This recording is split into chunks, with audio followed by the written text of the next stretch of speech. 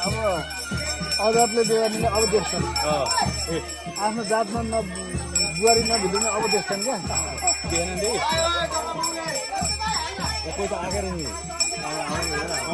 आउनु मिले भनिसक्यो हिजो